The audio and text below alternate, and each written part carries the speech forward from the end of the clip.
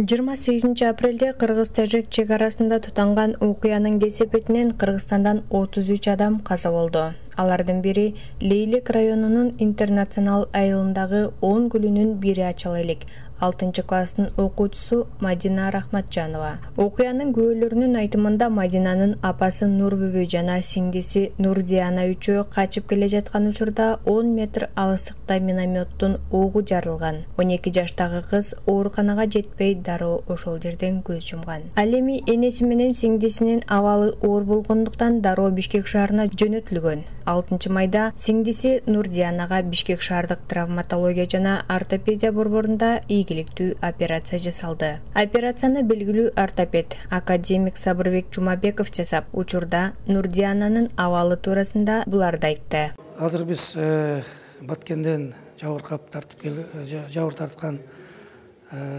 Нурдиананын бутунан ок алдык. Өзүңөр билесиздер, ал эжеси ошол жерде каза болуп калган, жүрөгүнө осколка тийип, Нурдиананын бутуна шыйракка тийген экен.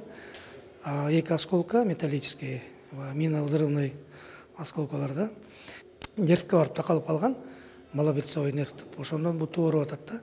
Ооруп аткандан биз азыр 2 осколкасын металлический алып салдык. Кудай бурса, мындан ары жакшы болот. Мындан 2 күн мурда апасына да чоң операция жасалып, омурткасынан чоң ок чыгарылганын айтты.